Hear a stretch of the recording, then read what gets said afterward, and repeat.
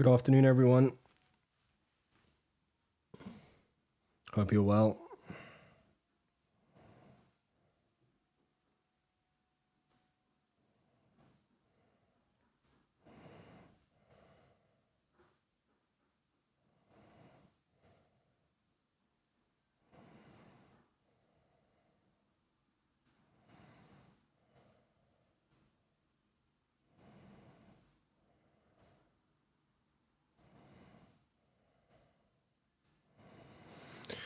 Okay. Hope you guys are well. Thank you very much for joining. We're just in the New York session right now. And as always, we will check out the fundamental updates, followed by what's happening on the charts. So 3 weeks ago, Brent's crude, printed a price of $130. Today, it sits below $100. The market has decided that the war is ending, but from our perspective, the war is not. It is only escalating. The gap between what is priced and what is true will be the focus of today's session. So when we look at the current structure of the situation, the US Navy has implemented a blockade for the Strait of Hormuz with around 10,000 men enforcing it. And so far, allegedly 6 ships have turned back in the first 24 hours. And Tehran has answered in the only way that it can, by threatening shipping in the Red Sea. Israel has also moved ground forces into southern Lebanon against Hezbollah positions 2 days before Washington hosts talk in the region. The ceasefire expires on the 22nd of this month, so we have 6 days actually until the expiry. It seems like April the 22nd is going to be a very significant day, more significant than maybe than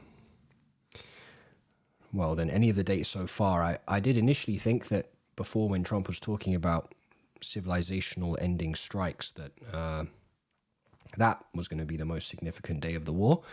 However, it doesn't seem like he actually followed through with any of that, fortunately. Either way, we're here to discuss the spread between what the market is pricing and the reality on the ground. The White House have said that it feels good about the prospects of a deal. Islamabad in Pakistan is brokering or is acting as the mediator. And the narrative from the American side of things is an optimistic outlook on the likelihood of a deal, ceasefire, or some kind of peace agreement. Now, if we look at the Hormuz theater on the ground, the entire Persian Gulf sits within range of the Iranians. Every US flag inside 200 nautical miles is a target by geometry, not by choice. There is a port in the UAE called Jebel Ali that is inside the kill box and remains inside it permanently. A additional US aircraft carrier that I mentioned earlier this morning in the London session brief, the George Bush carrier, has gone around the Cape of Good Hope, around the tip of South Africa, rather than voluntarily transiting the Red Sea. This is one of the loudest tells of the war, because it shows that the Americans are afraid or are vulnerable to the threat of the Houthis closing off the Bab el-Mandeb Strait, closing off the Red Sea, and also entering the theater. Despite the blockade supposedly being in place, we have seen Chinese tankers exit the strait, transit the strait, and not be hindered. So the blockade is selected by capability, but not by policy. So for the cameras, there are 2 parallel realities, and one of them is for the cameras. The White House channel are saying that not a single ship is getting out, and that the American carrier groups are in command of the strait, that China is also cooperating, and that the strait is being kept open for them, and that the Iranians are begging to return to the table. However, when we look at the situation on the water, not on the ground, but on the water, that is suitable for when we discuss the Strait of Hormuz, we can see Chinese tankers exiting the strait bound for Chinese ports. The US Navy can't get inside this 200 nautical mile range. The aircraft carrier, the Abraham Lincoln, took damage in March at 220, and supposedly was hit from 17 sides. I think this must have been either like a drone swarm or some kind of cluster munitions. The talks have collapsed, and supposedly Washington is the party that is more keen for discussion or keen to establish some kind of dialogue.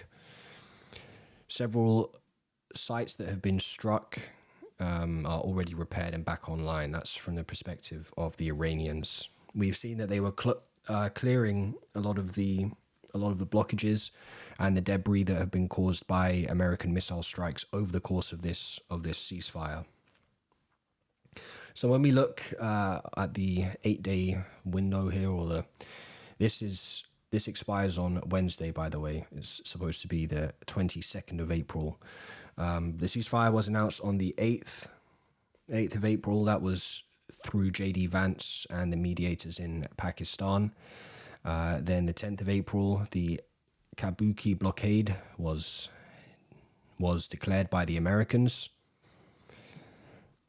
Today, we are 6 days until Wednesday the 22nd, and that is when the expiry is taking place.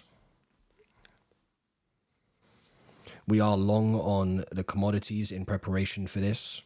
And just some additional intel about the situation of Trump. There has been some information that it can be likened to children living with an alcoholic father, in the sense that inside the West Wing in the White House, that's how the staff there are now treating or operating around the president, to tiptoe, not waking him up, don't deliver bad news. He's only surrounding himself with people that are telling him what he wants to hear, not really the actual reality. And the operational consequence of this is very severe.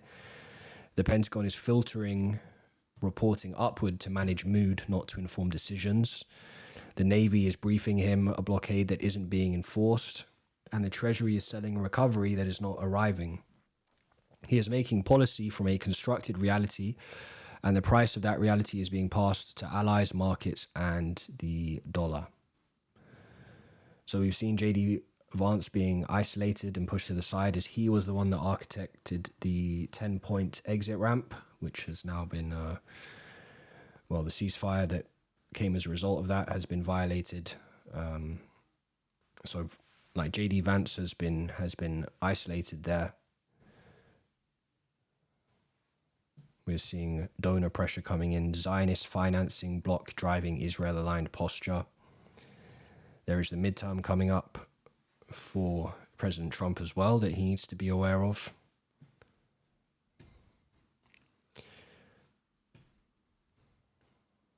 Here we have the largest sustained futures versus cash dislocation in the modern history of WTI. So this is particularly relevant for my oil long positions, and maybe some people listening are also long on like WTI as well. But we can see that the spot price in Singapore is now $172. So actually on the ground, in real life, the cash price is saying war. The futures price that we're seeing right now says peace. The market is pricing in peace.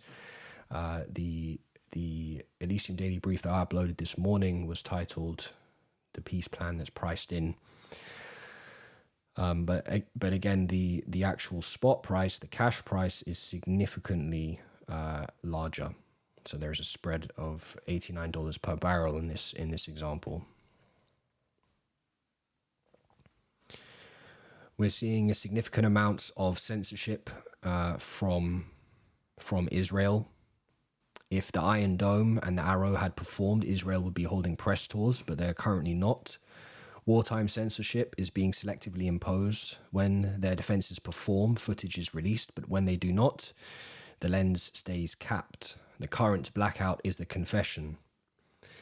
Their ceasefire posture, Israel is reportedly seeking a parallel Hezbollah ceasefire. That is not a victor consolidating gains, that is an actor running out of magazine depth. And third, the Gaza knot. Even a clean Iran exit leaves the Gaza file open and the Lebanon file metastasizing. There we go. The 51-year Lebanese conflict is not a crisis, it is a permanent feature.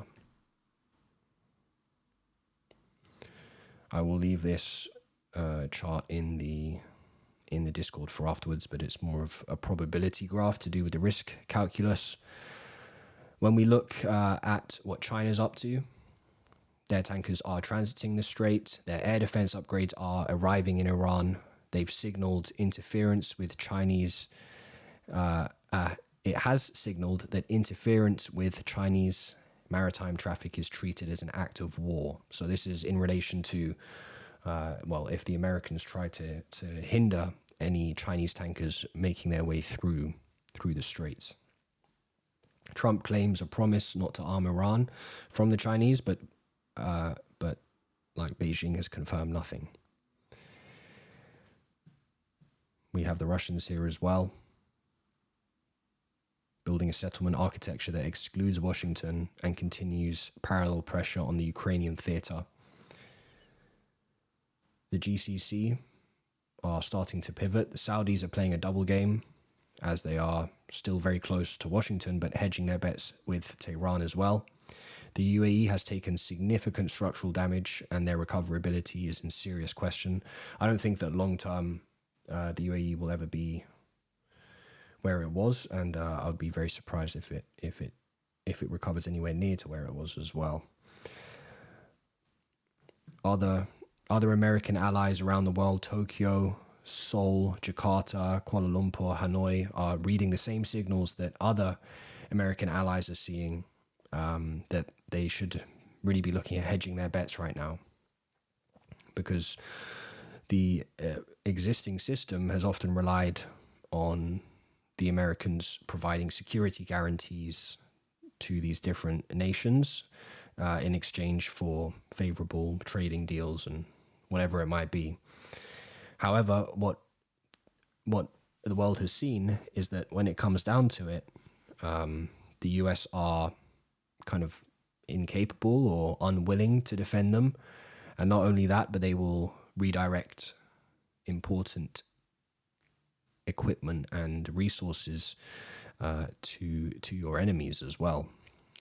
Like the Gulf states have been expecting American protection from the Iranian attacks, and not only have they not been like properly protected, but the equipment that they had was sent to their mortal enemy in Israel.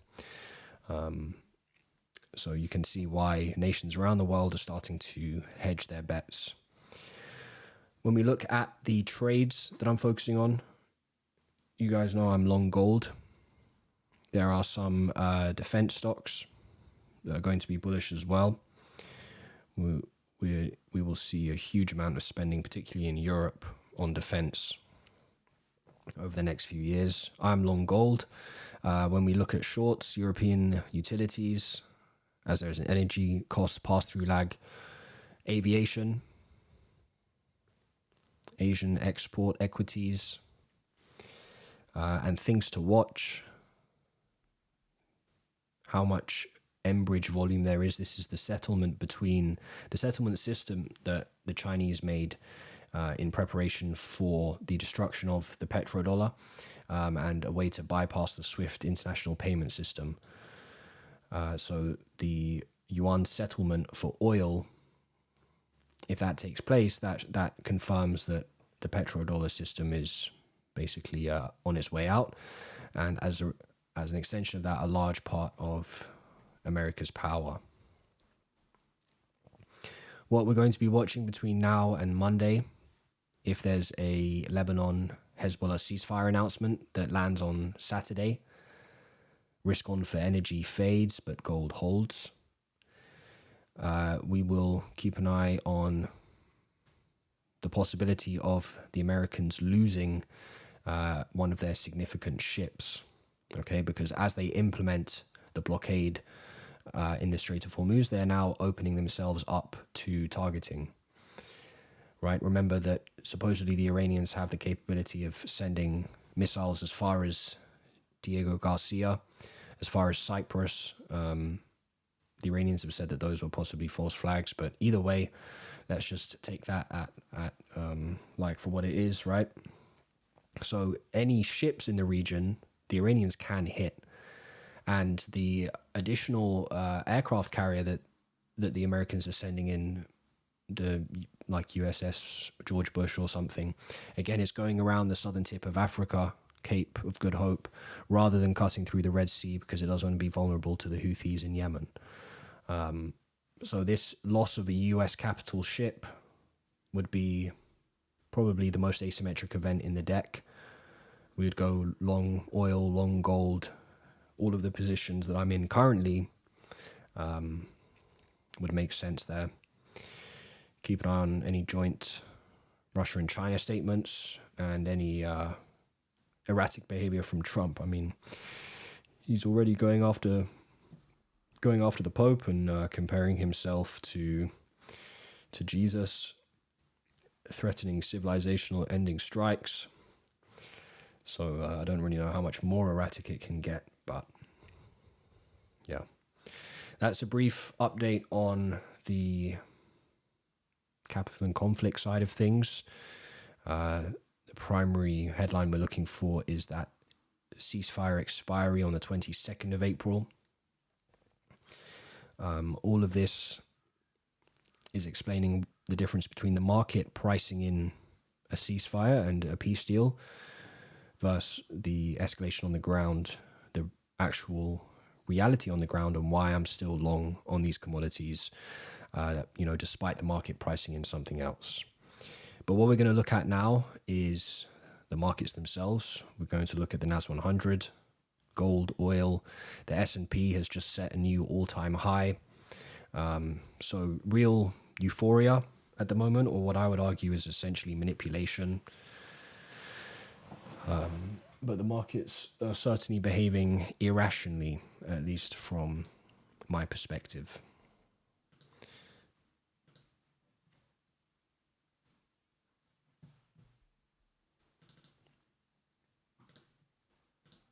Okay. So in front of you on the screen now, we're looking at oil longs.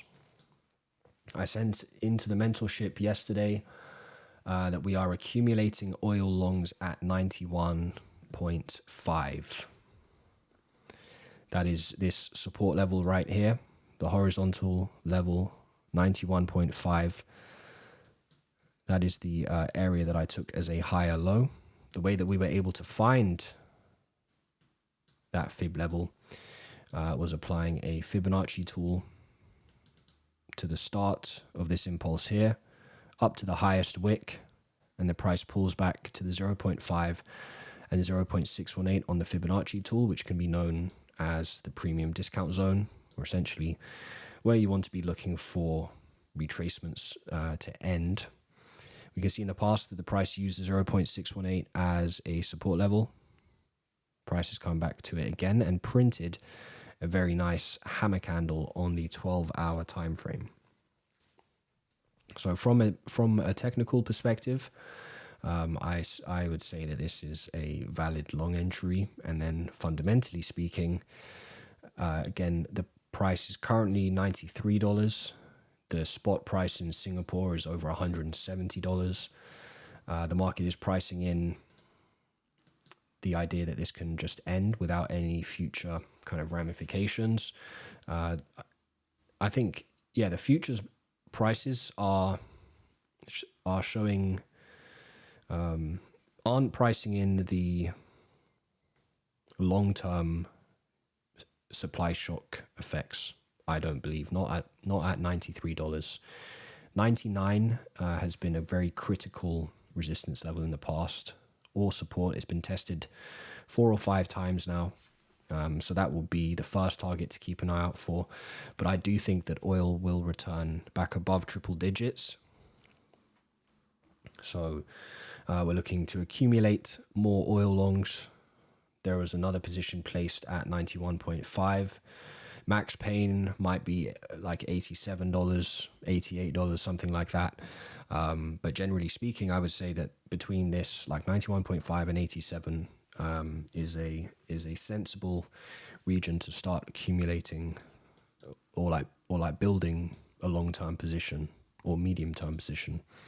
I would be treating these commodities more like swing positions as opposed to scalps. I think that there is a lot of potential on them, and I would just treat them more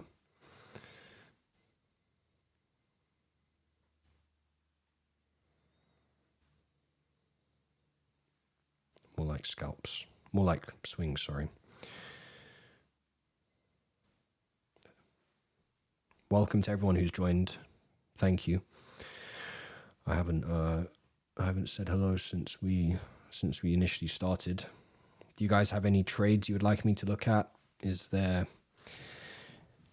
anything interesting going on that you've come across? I provided a fundamental update at the start of the stream, basically saying that this ceasefire is theater.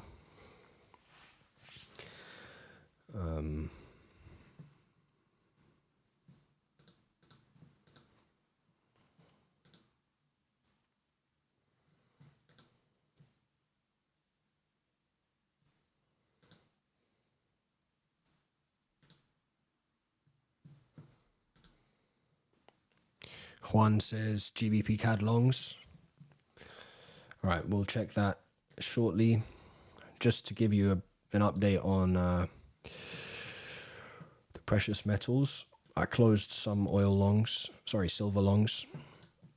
I do expect it to keep pushing. We peaked at around $81 on silver. My highest entries were around 83. So we're not far off there whatsoever. And I do expect silver here to continue. So roughly a pullback to $77, forming a higher low there. And then that would be good grounds for a re-entry. I'm bullish on the commodities and precious metals. GBP CAD longs.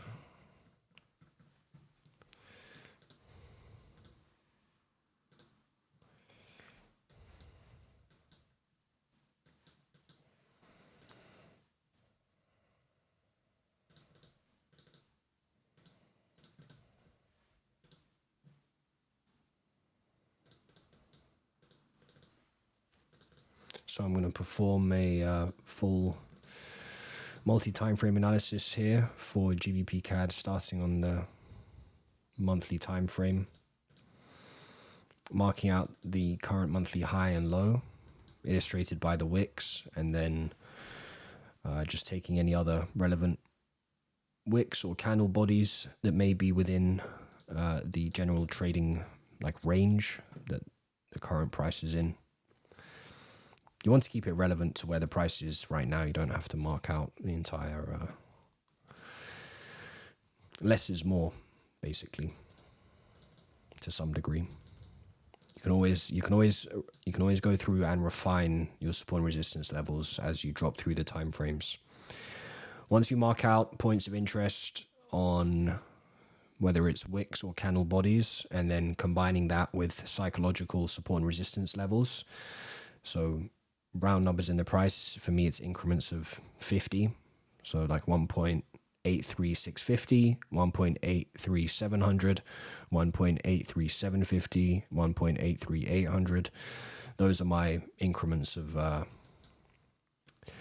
psychological support and resistance. And then once we mark that, we look at the trend, and I can see that there is quite significant bullish momentum for GBP CAD so far. The month of March had a significant sell-off, but then the buyers stepped in, pushed the price back above to close around this support level here. So I would imagine, yeah, there you go. So that fulfilled the Fibonacci architecture. Price pulled in, left behind the wick, and is now seemingly part of it, in part of a upwards trend or impulse here. So we have a bullish perspective on it. When we drop to the weekly, there is a pattern that becomes a lot clearer. Left shoulder, neckline, head, neckline, right shoulder. So that would suggest that in the kind of medium term, we'd expect to sell off, and then long term into a right shoulder. But it doesn't look like this shape is complete yet, so we want to target 1.88.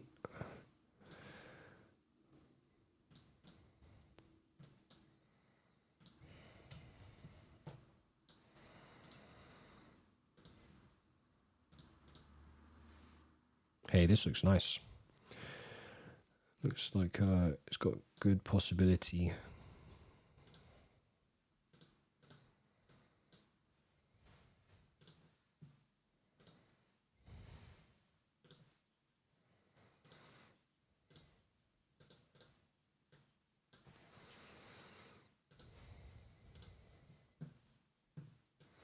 Okay, so price just has to come a bit lower before we start to monitor for confirmation or any entries.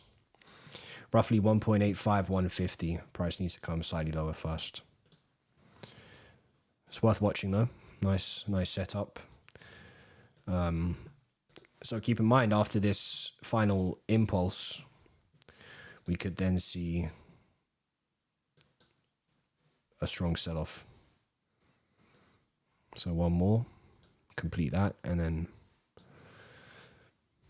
but let's worry about that later down the line.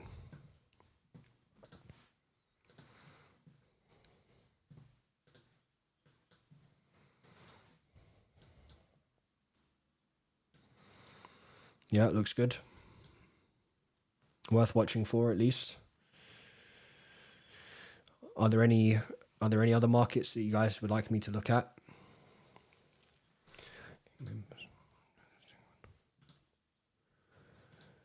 So as we were discussing, markets like the NAS100 are at all-time highs. I keep making the argument that it's hard to really trust this because a lot of the investment that was coming into to America was being facilitated by Gulf states, funded by Gulf states, funded with the petrodollar system, basically in the way that the world used to work. And we're seeing somebody take a sledgehammer to the old world order, and I don't know where the pieces are going to land afterwards.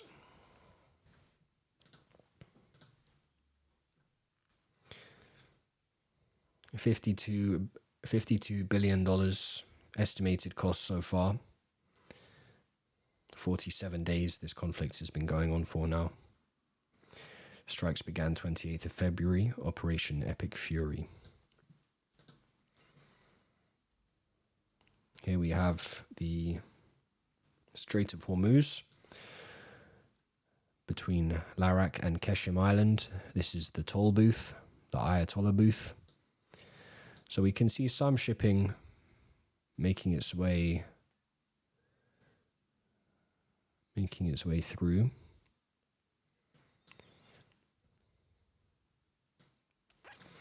So, by the way, the American aircraft carrier has decided to go, rather than cut through here and go through the Red Sea and pass by Yemen, they have to go around this way.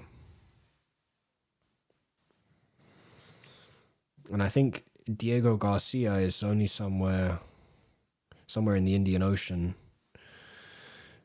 somewhere over here, and a missile has been sent towards there. So any like U.S. ships, right? Keep in mind any U.S. ships remotely close to either Yemen, the Strait of Hormuz, implementing the blockade, they are all at risk. I wonder if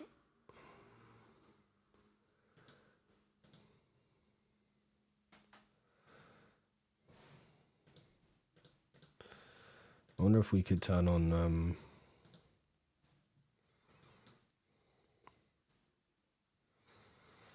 the military craft.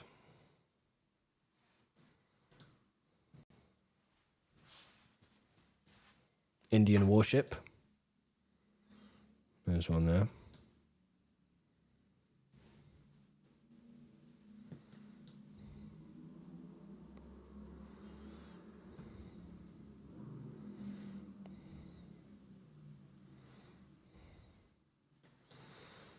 I don't actually know where the Americans are positioned. I guess maybe we wouldn't know. But yeah. And then apparently there's been significant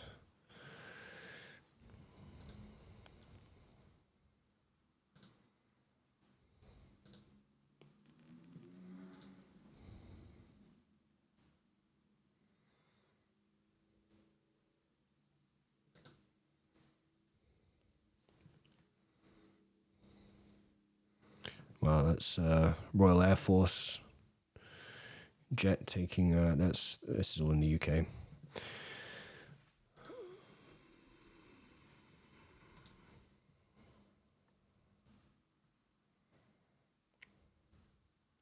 Executive summary for, where is that? April 14th. Today's April 16th.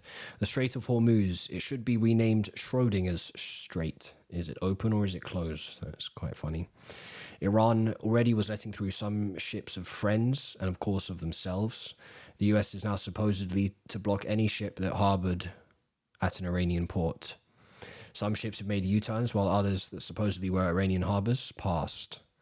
Trump also had a letter conversion with President Xi of China, and then said the strait is open. Is it? No idea. Ceasefire might be extended. There might be peace talks again soon. For the markets, oil is now trading just above $90. Equities in the US are around all-time highs. While the IMF, the International Monetary Fund, has warned of recession risks and high persistent inflation, although in all honesty, inflation is not necessarily bad for equity markets, as it is in nominal terms.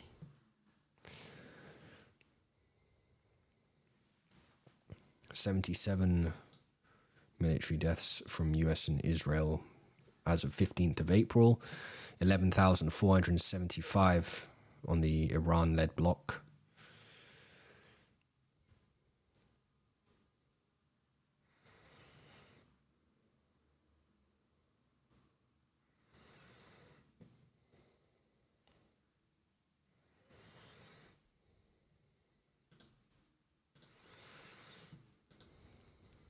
Poly market.